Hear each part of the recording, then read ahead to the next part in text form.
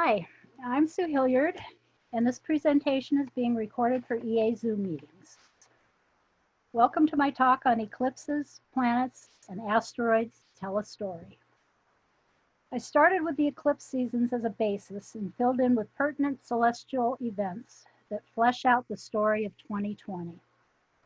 A lot has happened already this year, and we're not quite halfway through, with a bunch more planetary weather coming our way, including Mars in Aries for most of the rest of the year, as it turns retrograde just before reaching the final degree, backtracking and going forward again through its conjunction with Eris and squares with Jupiter, Saturn, and Pluto. And adding in some asteroids lends perspective and fleshes out some of the details. So here we go. The story begins with Act 1. On 12/26/2019, we had a solar eclipse at 4 degrees Capricorn and 7 minutes, conjunct Jupiter, 5 degrees Capricorn, 20 minutes, conjunct the south node. Opposite asteroid Asclepia. Mercury and Ceres were both out of bounds. And Chariklo was conjunct Pluto. January 12th, 2020, Saturn conjoined Pluto at 22 degrees Capricorn, 47 minutes, conjunct Mercury, conjunct Chariklo.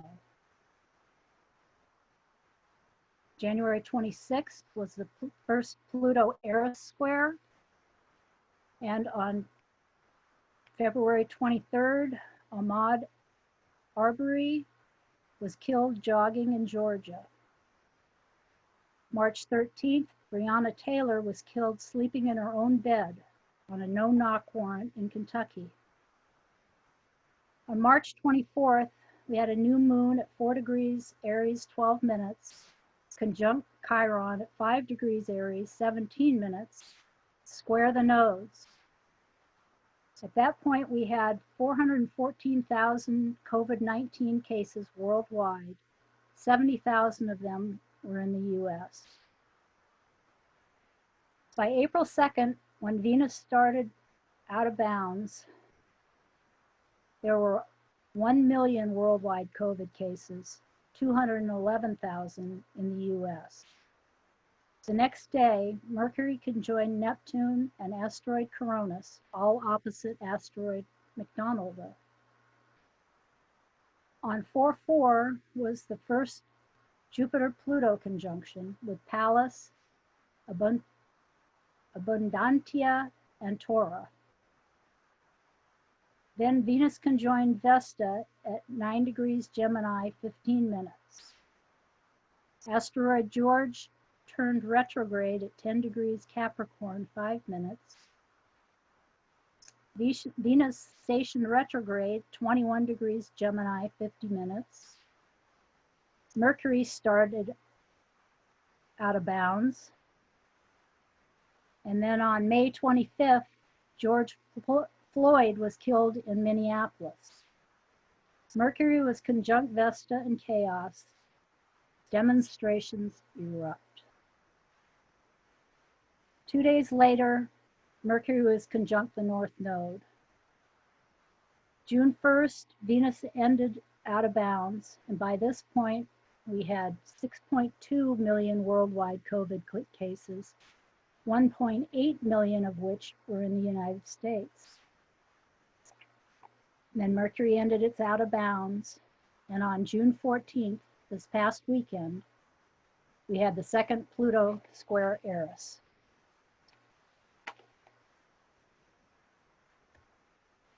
The story actually begins just before 2020 started. On 12/26/2019, when a solar eclipse occurred conjunct Jupiter and the south node, Chariklo, Pluto, Mercury, and Ceres out of bounds, all in Capricorn except Mercury in Sagittarius. So you can see them all down here. There's the new moon eclipse, Jupiter, south node, Ceres, Mercury and Sagittarius, and over here is Pluto and Chariklo.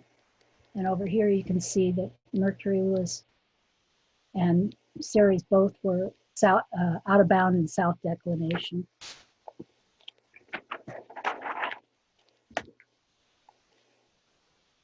The 1226 solar eclipse at 4 degrees Capricorn, 7 minutes, was also tightly opposed to asteroid Asclepia at 3 degrees Cancer, 42 minutes, and Lucifer at 2 degrees Cancer, 3 minutes, with asteroid Pan, 13 degrees Cancer, 41 minutes,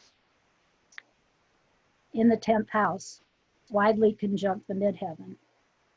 And this chart is for Washington, D.C., as you can see. The other notable part of this major emphasis in Capricorn has been the asteroid Chariklo, or Chariklo, as Melanie Reinhardt calls her. She had been dancing back and forth between Saturn, Pluto, and the south node of the moon for the last couple of years. I presented an EA Zoom meeting about Chariklo's participation in the Capricorn eclipse last December, as well as the Saturn-Pluto conjunction in January. She was Chiron's wife and is holding space for the transformation we are experiencing. And here you see the new moon eclipse is conjunct Jupiter, opposite Asclepia, which was very close to the midheaven in the 9th house. Over here is Pluto, and Chariklo was conjunct. With as many asteroids as I've got in here, it gets very crowded. So that's why I've got the circles and arrows to show you what's going on.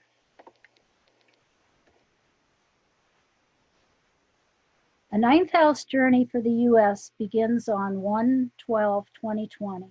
Saturn conjunct Pluto, 22 degrees Capricorn, 47 minutes. Conjunct Mercury, Chariklo, a still out of bounds Ceres, and the Sun. And you can see them all up here.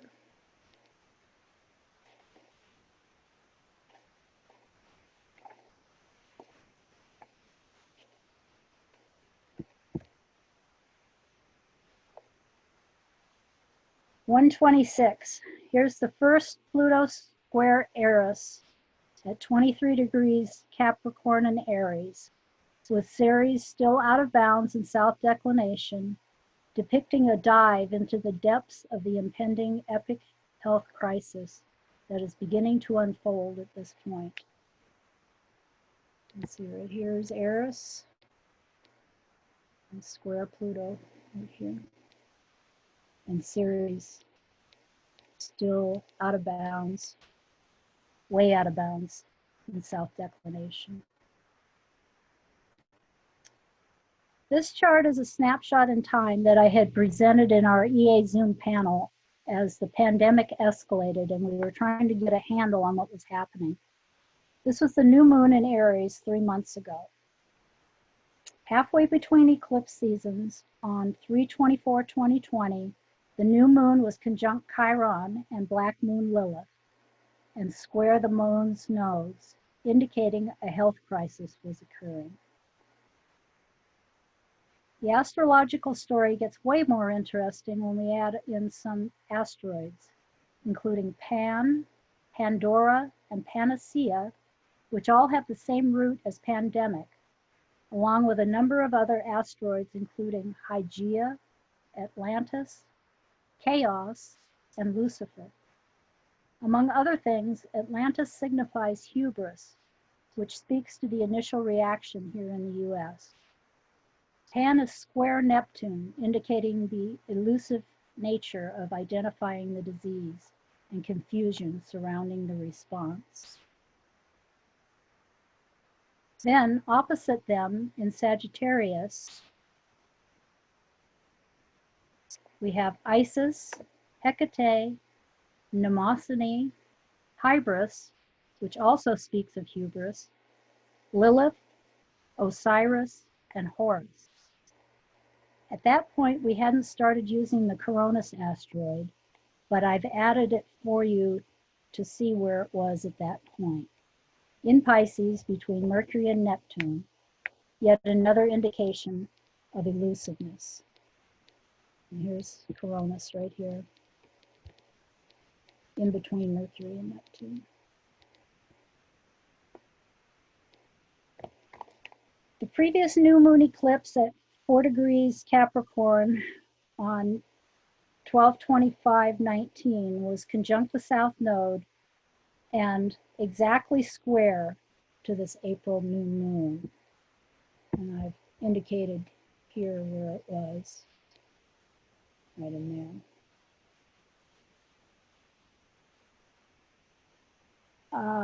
I've also noted the position of the coming new moon eclipse at 0 degrees Cancer, right down here, which will be conjunct the North Node in 29 degrees of Gemini. I find it interesting that both sides of this opposition are enclosed by mythical figures that are related. In Gemini, which rules the lungs, we have Asclepia and Hygeia relating to health and healing.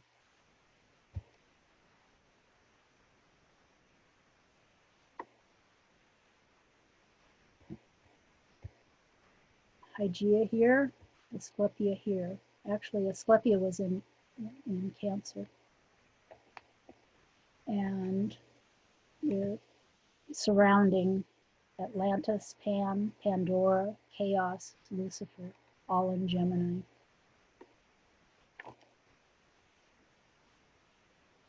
On the other side,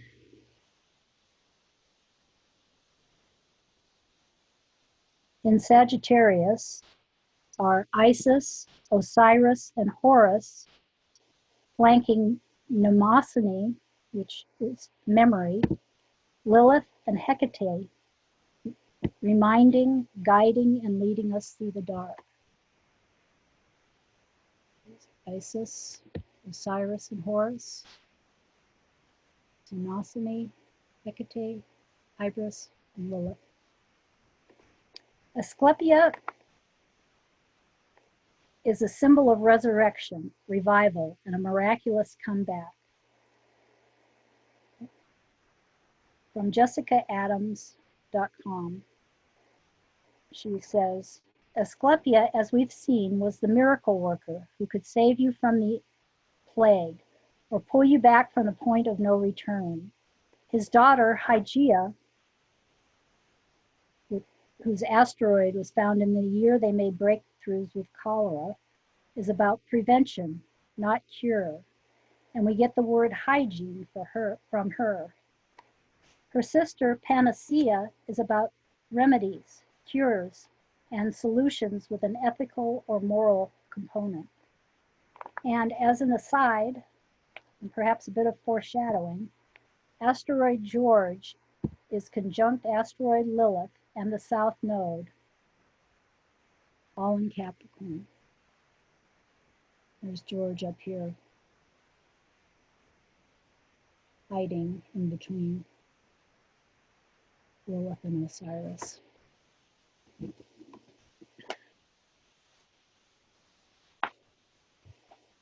Busy chart. So, as you can see, by March 24th, the US COVID cases had just started increasing logarithmically, with the total number of cases doubling every 3 or 4 days. This is the point where we were at about 70,000 cases.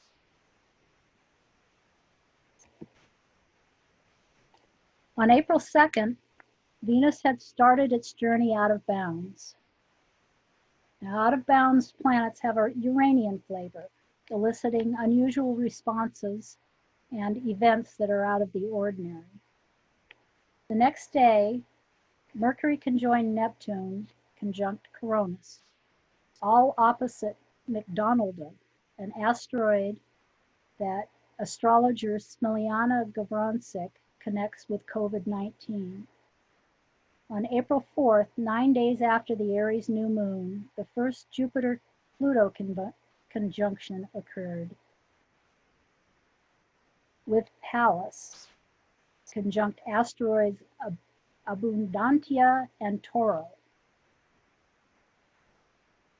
which are right down here. Here's the Jupiter-Pluto, and here are the two asteroids right here. Worldwide, by this time, we'd hit 1 million COVID-19 cases and over 200,000 of them in the United States. Asteroids George and Lilith are still close to the south node, but moving away for now. Down here. There's the south node at 2 degrees, and they're at 3 and 5 in Capricorn. By April 14th, Venus and Vesta, straddling the midheaven up here in this chart, also for Washington, D.C., completed their conjunction at 9 degrees Gemini and 15 minutes. Aaron Sullivan has indicated that Venus is connected with the virus. Demetra George in Asteroid Goddesses says that Vesta is what we focus on and rules over health. In Gemini, which rules lungs, it would represent a focus on words and conveying information. By this time, we were beginning to get information about the enormity of the pandemic that involves a virus that wreaks havoc on the lungs of those who contract it.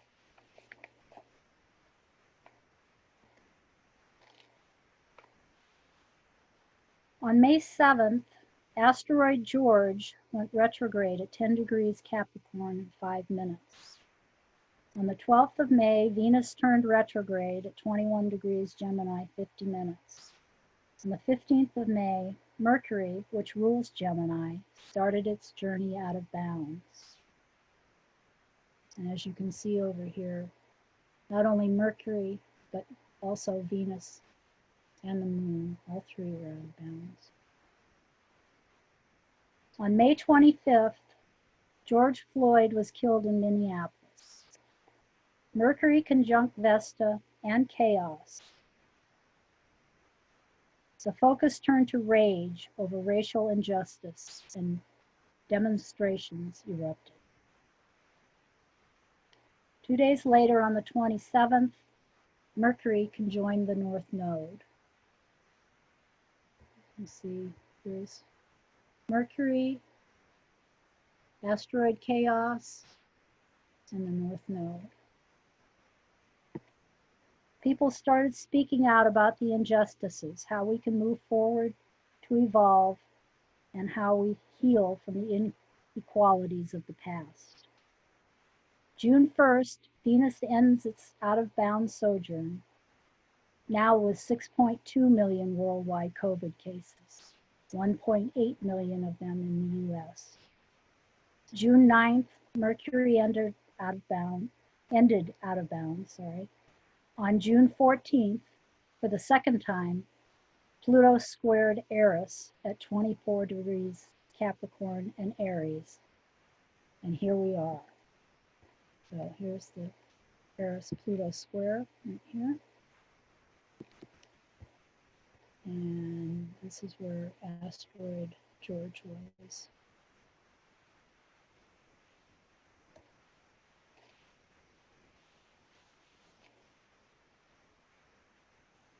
The more I looked at this chart, the more details emerged, especially when asteroids are added to the mix. The Cancer moon conjunct the vertex, ruling and in the 8th house of death, alludes to his calling out for his mother as he was dying. The moon is conjunct Pandora, Lucifer, and Atlantis, indicating the pandemonium that ensued after his brutal murder by a racist cop whose name is literally Chauvin. Pandora, Lucifer, and Atlantis are all opposite George, who is conjunct Osiris, and they are all squared by Chiron, conjunct Coronis. George Floyd had been diagnosed with the coronavirus before his death. So here's George.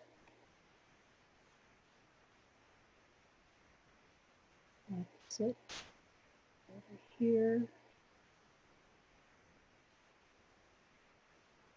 Pandora, Lucifer, and Atlantis. And then here's Coronis right here, conjunct Chiron. Mercury is partile conjunct Vesta, with both approaching a conjunction to the north node.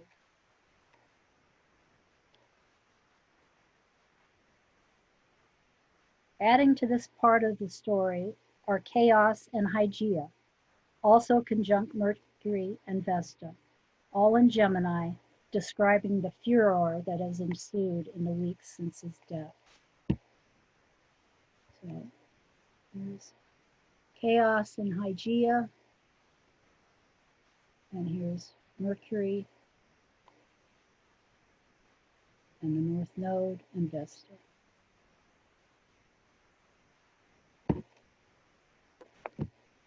George is also trine Uranus, which is conjunct Psyche, indicating the sudden awakening of the movement against police violence.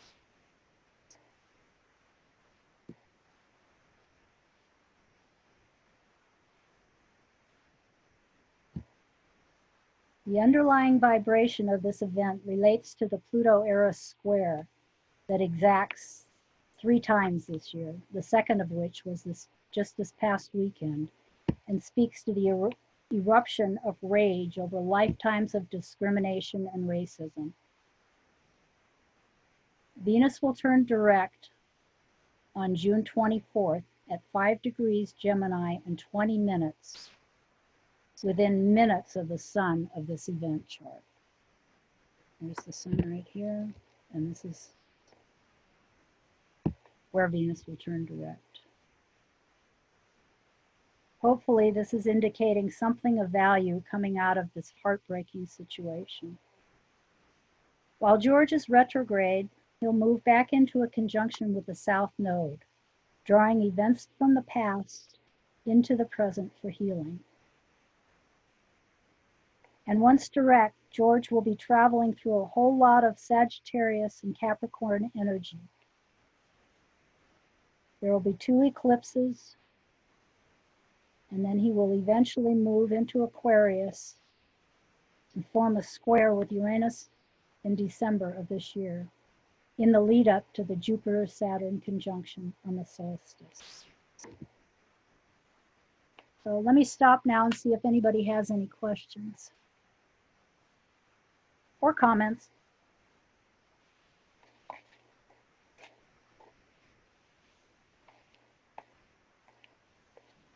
Just to say thanks, Sue, and I like the pace that you're going, nice and slow. Oh, good. Yeah, it's a lot of information, so. Yeah, and I like the way you're doing it. Thanks. Good, thank you. Okay. So here's a graph of the active COVID-19 cases over time with the eclipses, 2 Jupiter-Pluto conjunctions, the 2 Pluto-Eris squares, as well as the Venus retrograde and out-of-bound events superimposed on the timeline. It shows how the pandemic was affected as each one of these celestial events has entered the fray. So down here, before it all, as it was building up, shall we say, was the new moon eclipse in Capricorn on December 25th of last year.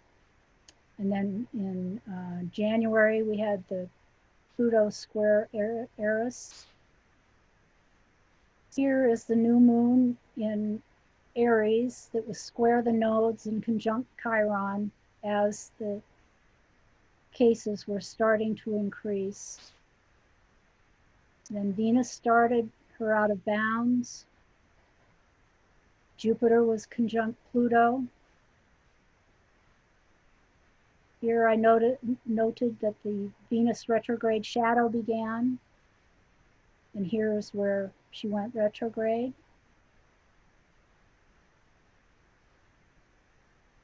Here is when Venus ended out of bounds, which was right after the Memorial Day weekend when a lot of the lockdowns were lifted in the United States. And then we had the Pluto square Eris this past weekend right here. So then still to come, we have the solar eclipse on the solstice, and then a Jupiter conjunct Pluto again just over a week later. And then way out here, the end of July, is when the Venus retrograde shadow will end.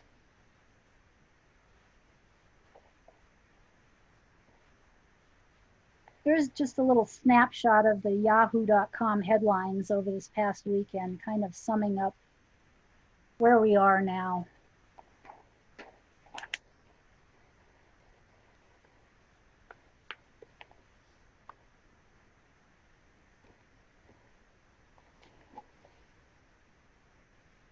Act 2. This coming Saturday on the solstice, we have a solar eclipse in Cancer, conjunct the North Node, Vesta, asteroids Polyhymnia and Asclepia. And then asteroid George, which is retrograde, will go back into Sagittarius. Asteroid George will then conjunct the South Node. Venus will station direct. Mars moves into Aries. We'll have the second Jupiter-Pluto conjunction, with both of them retrograde and conjunct Pallas. Asteroid Coronis will conjunct Eris. Asteroid George will station direct, conjunct asteroid Lilith. Venus will conjunct the North Node in Gemini.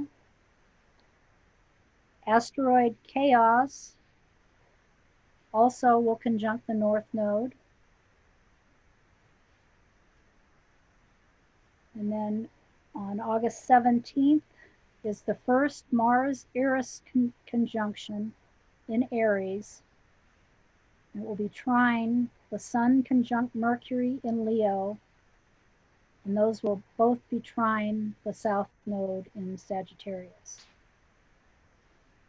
Asteroid George will conjunct the South Node in Sagittarius.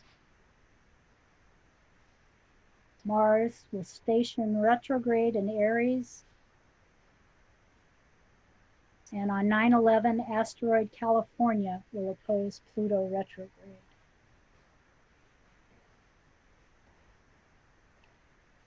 So this is the eclipse on the solstice.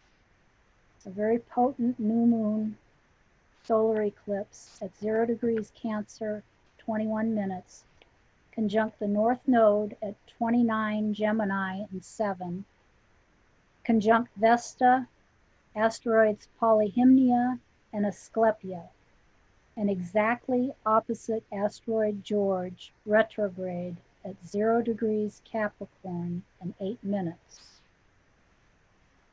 And then George will enter Sagittarius later in the day. So here's George at 0 degrees Capricorn opposite the solar eclipse at 0 degrees Cancer. Very close to the nodes, to the North Node at the very end of Gemini.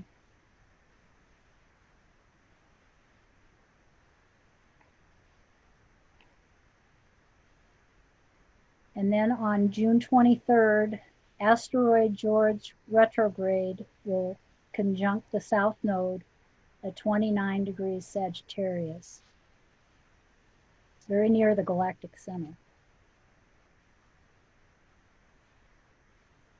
June 24th, Venus will station direct, conjunct the Sun of the George Floyd murder chart. And then on June 27th, Mars goes into Aries.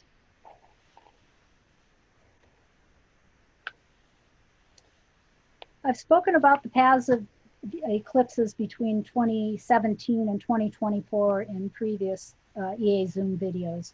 This eclipse map of the world is from one of those talks and shows the previous and approaching solar eclipse paths. It was generated in Sirius astrology software, and you can see this is the coming eclipse, and this is the, oops, goes the other way. And this is the December one. The blue arrows indicate the direction the paths take, and you can also see that they cross. And one of the crosses right here is the country of Oman.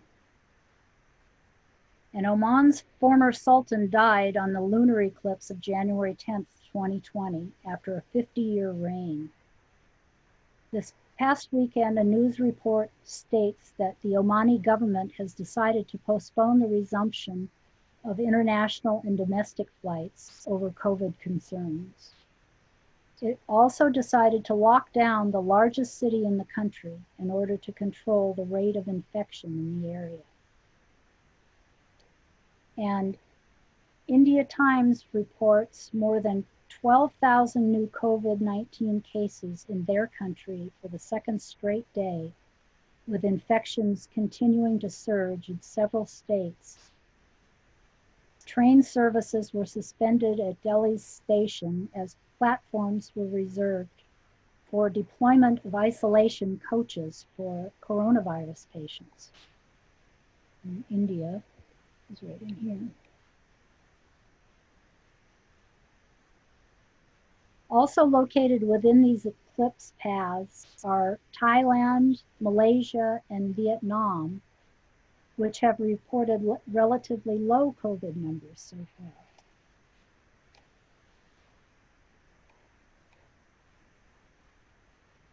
On June 30, Jupiter retrograde will conjoin Pluto retrograde in Capricorn for the second time. It will be exactly conjunct Pallas retrograde and square Eris. Asteroid Coronis will be conjunct Eris in Aries on July 12th. And on August 5th, Asteroid George will station direct in Sagittarius. August 14th, Asteroid Chaos will conjoin the North Node. And here you see Jupiter, Pluto, and Pallas all within a degree of one another, and square Eris. This chart again is for Washington, D.C., because I live in the United States. And Eris is fairly close to the ascendant. And Pluto, Jupiter, and Pallas are all in the 10th house.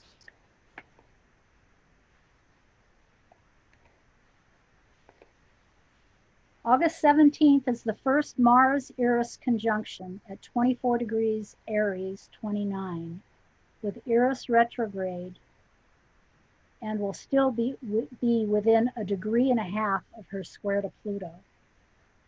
Sun will have been conjunct Mercury at 25 degrees Leo 9 minutes just prior to this, and all form a trine with the South Node in Sagittarius. And Mercury in Leo, Mars, Eris in Aries, South Node in Sagittarius. A fiery grand trine, setting the chart ablaze. And then adding in asteroids, you can see that the asteroid Osiris is exactly conjunct the South Node down here at the base of the chart, conjunct the IC for Washington, D.C.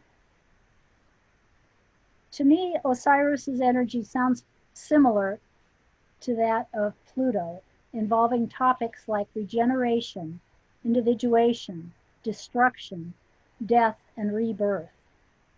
With the Sun and Mercury in the 11th, the masses could be activated for laser-focused action and/or just plain riled up and hell-bent on destruction.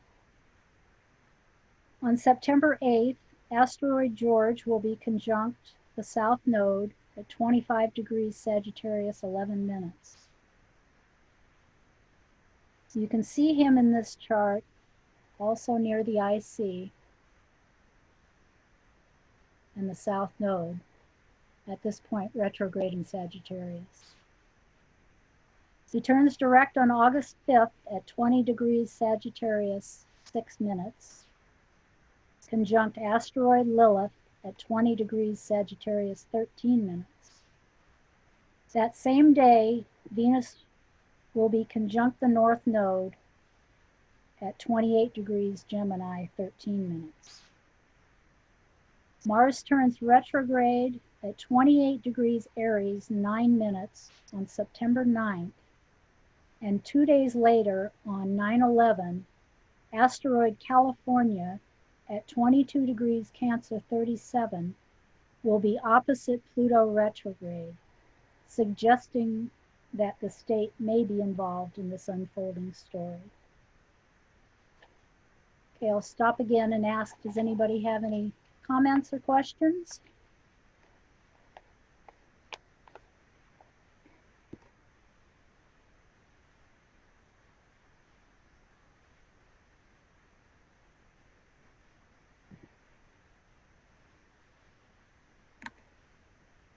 Okay, so just who is Eris? From GreekMythology.com, Eris was the Greek goddess of chaos, strife, and discord. She was the daughter of Zeus and Hera. According to other myths, she was the daughter of Nyx, which means dark night, and Nyx alone. Her opposite was Harmonia. The equivalent Roman goddesses of Eris and Harmonia were Discordia and Concordia. She had a son, Strife, who she brought along with her when she rode her chariot to war alongside Eris. The story goes that she tossed the apple of discord that started the Trojan War. According to historicalastrology.com, if the Eris archetype is developed fully, humanity may never have to experience war again. The feminine of Eris will balance the aggression of Mars. A well-developed Eris archetype could banish all war. The ancient prophecy of swords turned into plowshares could be realized. And the meaning of this is to allocate one's resources into peaceful pursuits rather than warlike ones. The discovery of Eris brings a completely new power to humanity. It is tricky and dangerous, requiring careful handling. Eris is a regenerative planet. Eris is exalted in the sign Cancer. Aryan women, no matter how warlike and violent they are, will always have a soft spot and a certain affinity with childbirth, pregnancy, and nurturing young and defenseless children. Yet Aryan women are the authentic warrior types, something not seen very often in the real world. You will, nevertheless, in allegory and reality, see at times the Aryan in her armor and weapons, picking her way through the desolate landscape of war, possibly searching for renewal, for regeneration. Eris has an elliptical orbit, like its neighbor Pluto, so it will spend varying amounts of time in each zodiacal sign. She takes more than 500 years to orbit the sun, and everyone alive now has her in either Pisces or Aries. She moved into Aries in 1923 and was discovered in 2005. So we are just starting to learn about this archetype. Nancy Pelosi, the Speaker of the House here in the US, born in 1940, has Eris within 1 degree of her Aries sun, trine to her Pluto in Leo. In Astrology and the Authentic Self, Demetra George describes Ceres, the dwarf planet discovered and named, the first dwarf planet discovered and named this way. Ceres, known to the Greeks as Demeter, is the classical goddess of our agriculture who worked unceasingly to bring food and nourishment to the people of Earth. The story of Ceres and Persephone is one of loss and return, death and rebirth. On a transpersonal level, Ceres, as the mother of the world, teaches us to care about the homeless, the hungry, and the destruction of the Earth's resources. Ceres teaches the wisdom that excessive attachment and positiveness often result in eventual loss, and that sharing and letting go lead to reunion. She embodies the great truth of transformation, that from death comes new life. And who is Kiriko? Melanie Reinhardt says, the details of Chiriclu are very scant in the classical mythology, which leaves plenty of room for us to sense into her energy for ourselves. Perhaps we can imagine her being the one who cared for Chiron during his long life, dealing with a wound he could not heal, and continuing to act as a healer and mentor for others.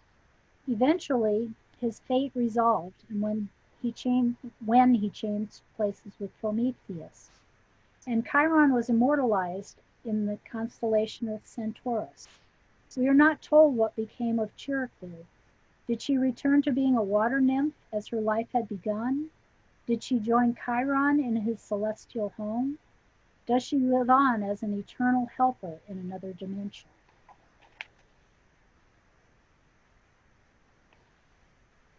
Chiriclu bestows a gift for creating a holding or holding a sacred space. This can be instinctive or through learned skills. A temenos, container, or alembic within which the work of soul is facilitated. The ability to witness.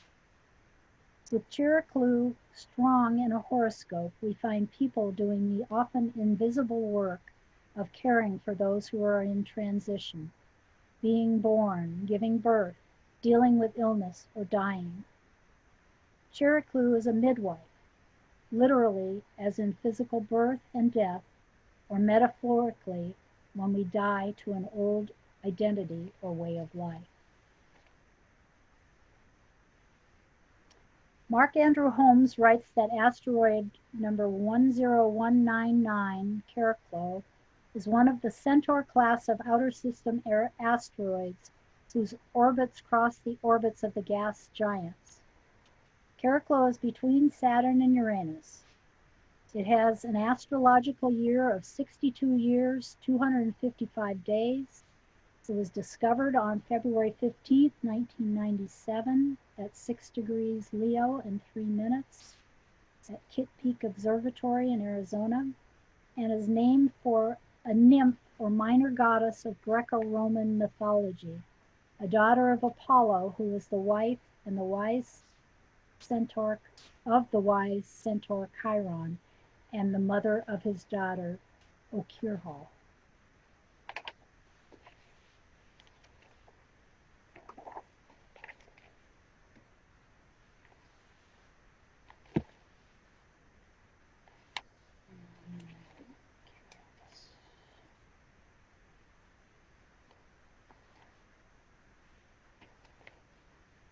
From darkastrology.com, the minor asteroid Chaos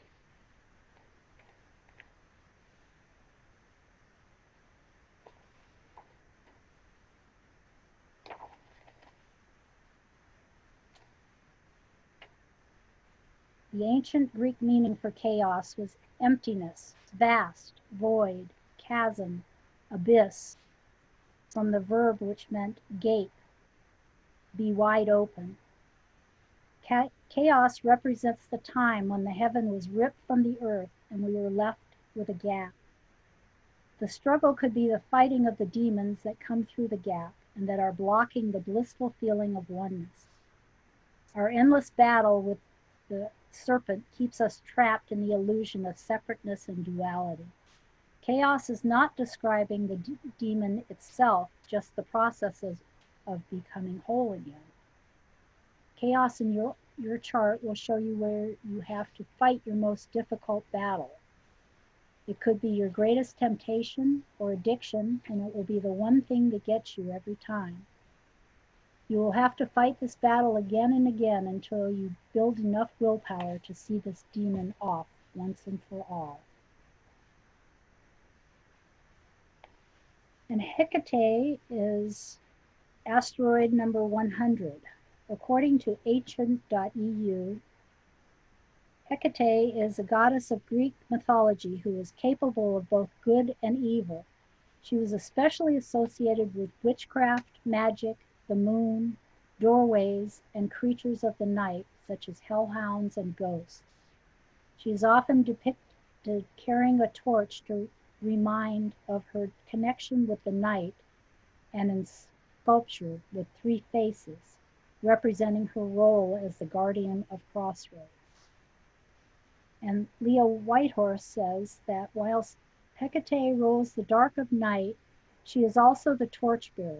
It was Hecate who aided Demeter in her search for Persephone. Described here as tender-hearted in the myths, Hecate heard the cries of Demeter and went to her aid. Consequently, she became a friend and companion of Persephone, accompanying her in the dark of Hades. It is probably from her association with the underworld that Hecate became a hellish figure.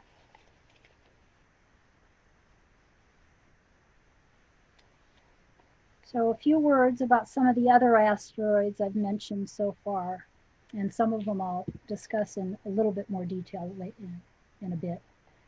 Pan and Pandora. Pan meaning all, every, whole, all-inclusive. Hygeia, health, prevention, not cure. Lucifer is the light bringer or shining one, discovering light through its absence. Asclepia is a symbol of resurrection, revival, and a miraculous comeback. Panacea, remedies, cures, and solutions with an ethical or moral component.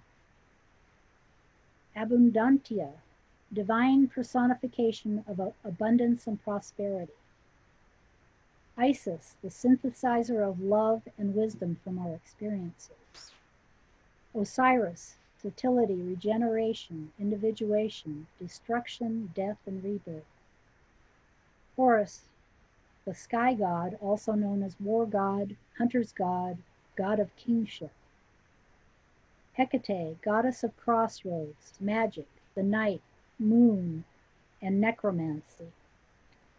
Mnemosyne, goddess of inspiration and memory, mother of the 9 muses. Lilith, rebellion, feminist, exile, freedom fighter, confrontational, equality. And George is a named asteroid, number 3854, evoking maybe George Washington, Demetra George, George Floyd. Coronis is a named asteroid, number 158, associated with the coronavirus phonetically. Toro is strength, toughness, endurance, bullying, intimidation, brutal acts or words. And another one that I notice that keeps showing up and don't really have a comment on, but is polyhymnia. She is the Greek muse of sacred hymns, and maybe it'll become clearer later. Any comments?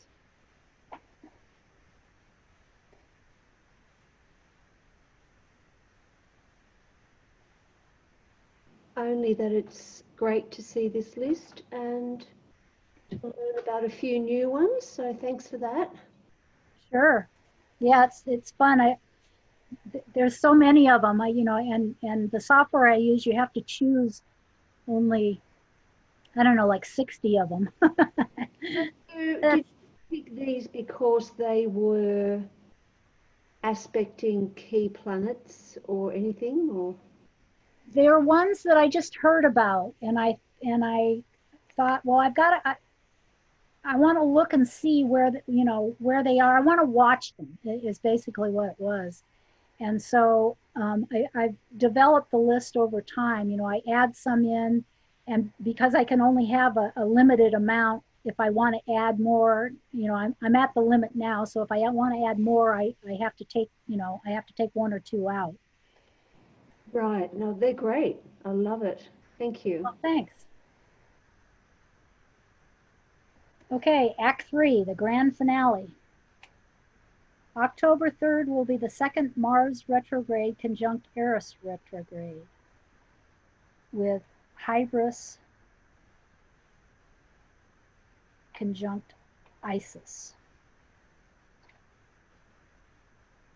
On November 2nd, the asteroid Arizona will be conjunct Pluto, suggesting to me that this state could possibly figure into the US presidential election the following day. We'll have the third Jupiter-Pluto conjunction, conjunct Pallas. Asteroid Horus will conjoin Pluto. Asteroid George will conjoin Pluto. We'll have a lunar eclipse in Gemini. And we'll have the third Pluto square Eris in Aries. On December 14th, we'll have a solar eclipse in Sagittarius, conjunct the north node, the south node, sorry. And then on the solstice, December 21st, Jupiter will be conjunct Saturn, conjunct Pallas. And the following day will be the third Mars-Eris conjunction and the asteroid Isis and Osiris conjunction.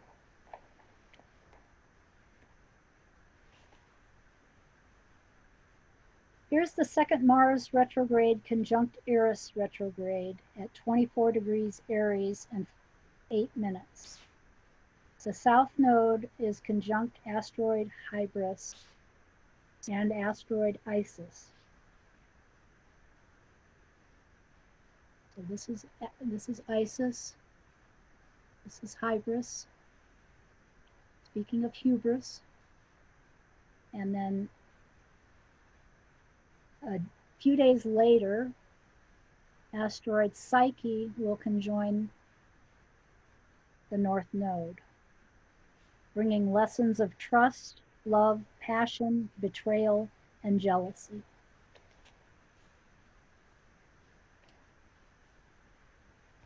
And here we, up here with a slightly misplaced arrow, is the Mars-Eris conjunction. Actually, should be right there.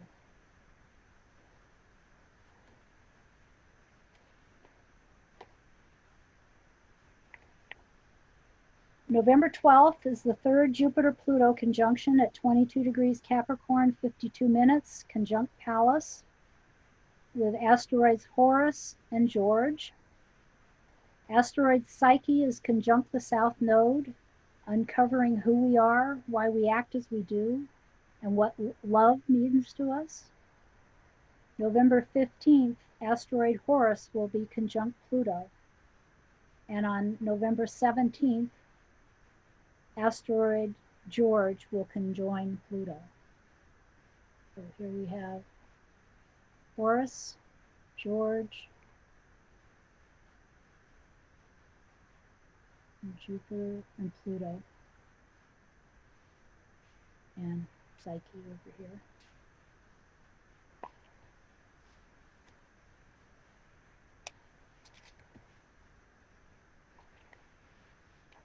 The lunar eclipse on November 30th has quite a lineup of asteroids.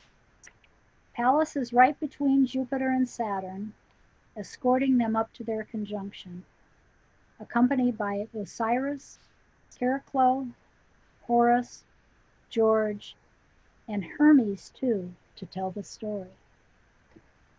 So here we have Osiris, Chariklo, Horus, George, and Hermes, Jupiter, Pallas, and Saturn.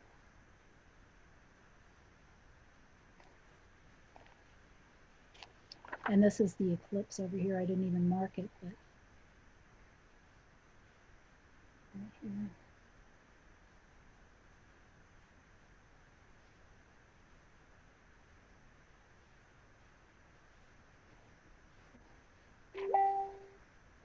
On December 10th, the final Pluto-Eris square occurs with a similar cast of asteroids, now including Hecate to guide us through the dark. Horus and George have moved into Aquarius to await Jupiter and Saturn's meeting. And here we have Horus and George over here. Osiris and Isis getting pretty close together. Chariklo, Hecate, Saturn, Jupiter, and Pluto squaring Eris.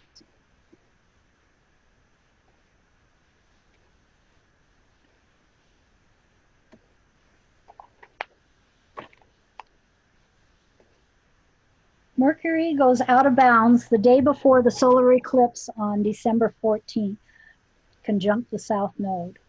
This is a pretty powerful eclipse with Neptune square the nodes that falls squarely on Donald Trump's moon and south node, opposite his sun, with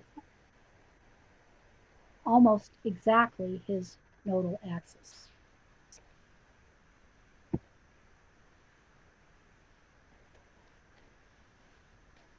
And here's his chart. You can see his progressed moon over here in Virgo in conjunction with transiting Vesta in Atlantis, is squaring his natal sun here, and moon down here, and his nodes, which are right here,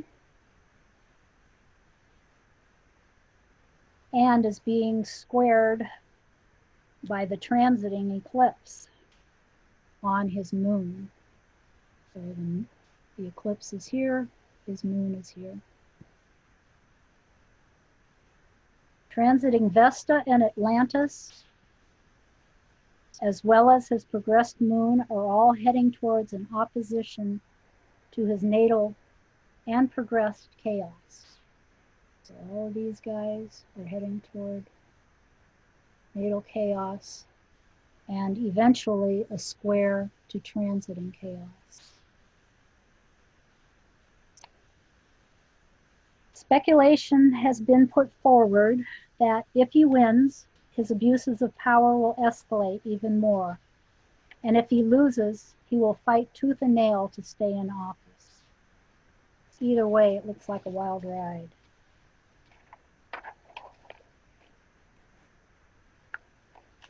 And his birthday was this past weekend, so this is his solar return chart in the outside ring with his natal chart on the inside and progressions in the center.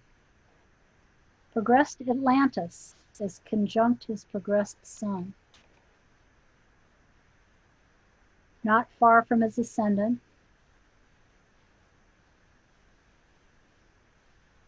And transiting solar return Mars conjunct Neptune over here is almost exactly square his nodes. And this is his chart for the rest of the next year, the whole year, the solar return chart. And one more illustration of the gnarly transits he's got going this year is the second Mars-Eris conjunction, where Mars is retrograde. It is square his natal Saturn-Venus over here.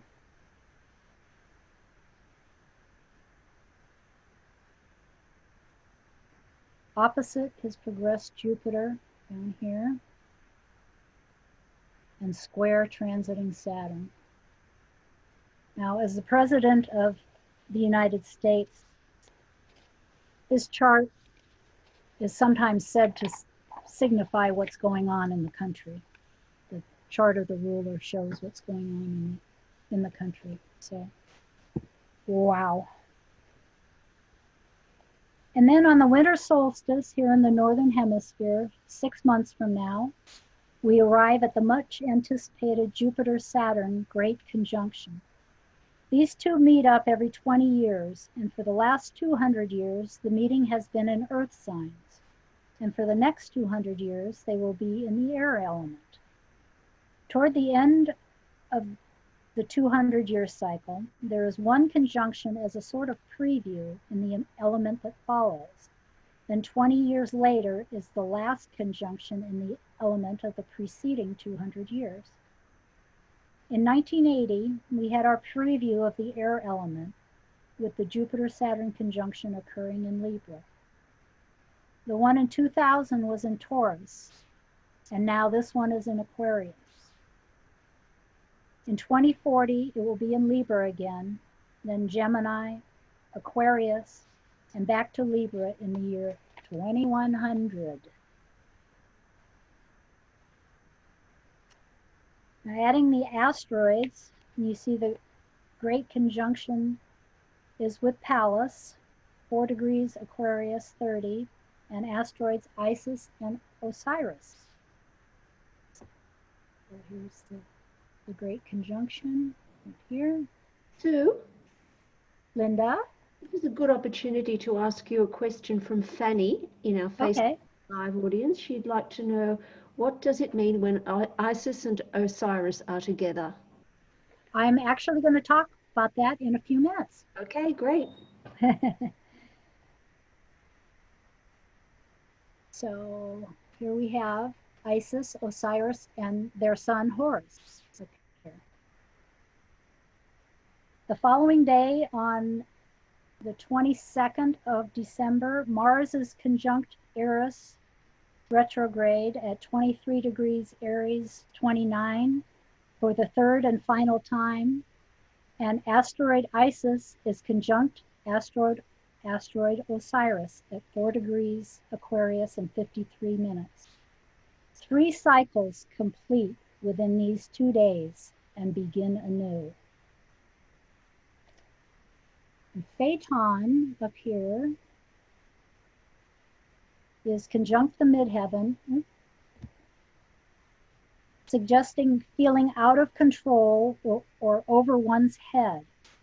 Yet asteroid Angel is over here conjunct the south node, offering protection.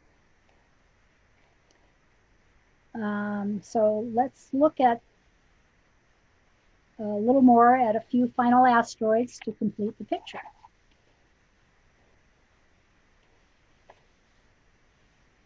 Pallas has been weaving back and forth in between Jupiter, Saturn, and Pluto over this year. She was the second named asteroid and is the virgin deity of the ancient Greeks, worshipped as the goddess of wisdom, fertility, the useful arts, and prudent warfare. At her birth, she sprang forth fully armed from the head of her father, Zeus. She's also known as Minerva. She symbolizes truth, justice, activism, and handicraft. Pallas defines precisely how your brain functions, expressing your unique style of wit, your process of critical thinking, and your means of planning a strategy.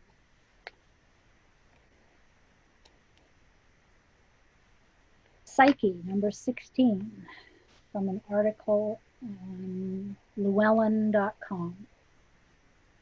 Psyche is the Greek word for soul, and psyche is the place in your chart that can detail for you where you can find your entrance into yourself.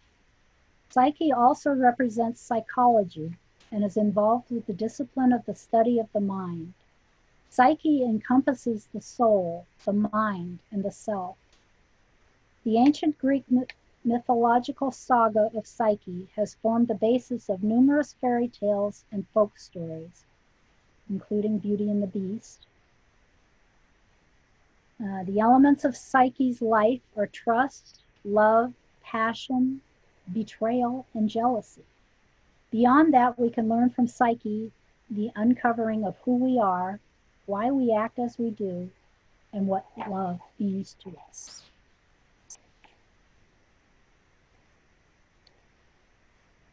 Gray Crawford, in his article on Isis and Osiris, says, Isis is a synthesizer of love and wisdom from our experiences. And by transit and aspect in our natal chart, the Isis asteroid signifies unity, loyalty, devotion, sustaining, reassembling, resurrection, soul retrieval, healing of fragmentation, and finding wholeness of self in relation with the other.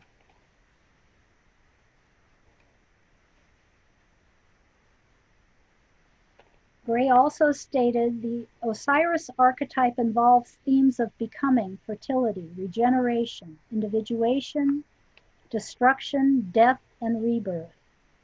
Aspects by transit or in the natal chart with the Osiris asteroid, number 1923, can also connect to places we have been wounded by societal conditioning and where we need to explore and transform ourselves.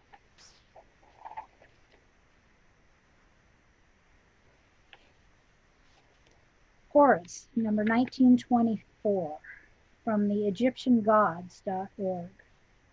Horus was the important and ancient deity of Egyptian gods. His name Horus means the one far above and is commonly known as Heru or Har by the Greeks. Horus was originally the sky god, but he is also known as the war god, hunter's god, god of kingship, and others. He played the role of the protector of the ruler of Egypt.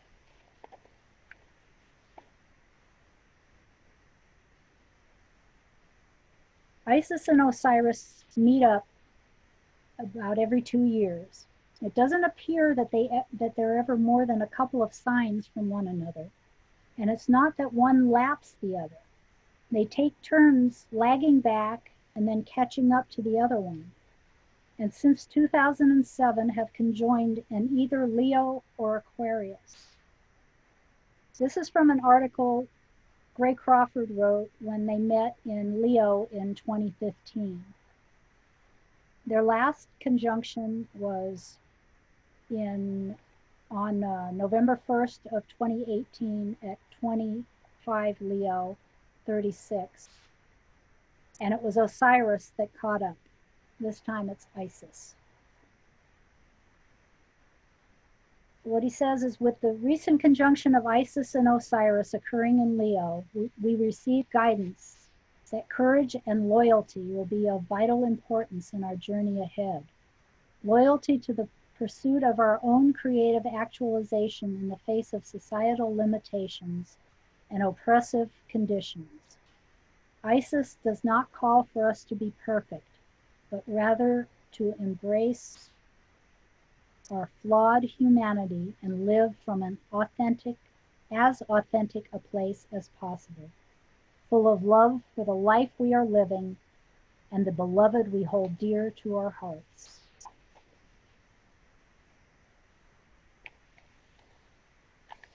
And in his article, Gray quoted Embodying Osiris, The Secrets of Alchemical Transformation by Dr. Tom Cavalli. Osiris is a model of submission. He allows all the terrors that befall him to occur, just as the prima materia endures the tortures of the laboratory. Such deliberate sacrifice is meant to serve as a model for personal individuation.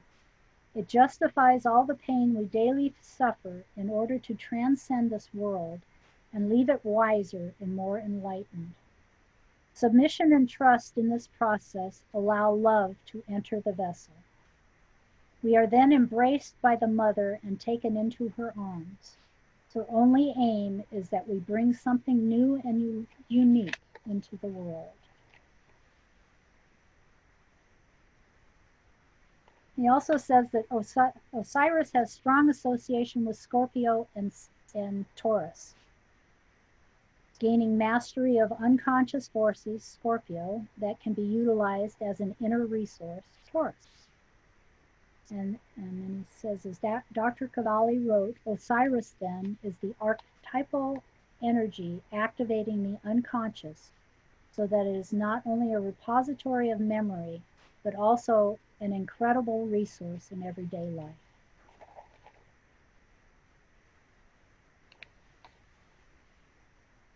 And here's the symbol of the Eye of Horus. Horus was known as Harmati, Horus of two eyes. The left eye was the sun and the right eye the moon, in view of the fact that he was the sky god. Based on myth, Horus was the son of Isis and Osiris. Horus fought with Set for the throne of Egypt after his father Osiris was murdered by his brother Set. He lost one of his eyes during the battle, but it was healed by Thoth, the god of wisdom. Horus won the battle, cast Set out into the desert, and then he became the ruler of the world of the living. And finally, one last Phaeton, which was conjunct the midheaven in the chart of the Jupiter-Saturn conjunction. Astrologically, Phaeton represents assuming responsibilities before one is ready to handle them, the consequences of rash or impulsive desires, and feeling out of control or in above one's head. It can also indicate involvement with cars or other forms of transport. And that's what I got. Anybody have any questions? Comments? Yes. You have answered one of the questions, and Fanny has another question. What is the software that allows you to put in 60 asteroids? The software that I use is Sirius software. Sirius. Fantastic. Thanks, Sue. There are no other questions. So thank you very much for a fantastic presentation. Thank you. I really appreciate it. Beautiful. I'm just putting down a bunch of... One last look at, this is where we're headed. This is where we're headed this year. Okay. Thank you. Beautiful. I see you've put my name on the list there. Yes. Gemini somewhere, 14 Gemini. It's on my vertex, which is interesting. Oh, nice. Well, this conjunction is going to be big for you. Oh, huge. And with Psyche right next to it. Oh, nice.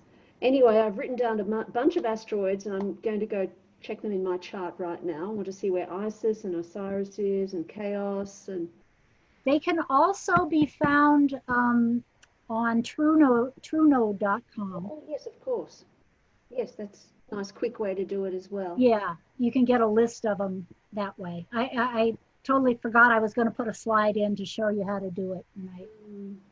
So, Sue, thank you so much from all of us. Looking forward very much to your next presentation. And thank you, Linda. Okay, bye for now, Sue. Thank you. Bye.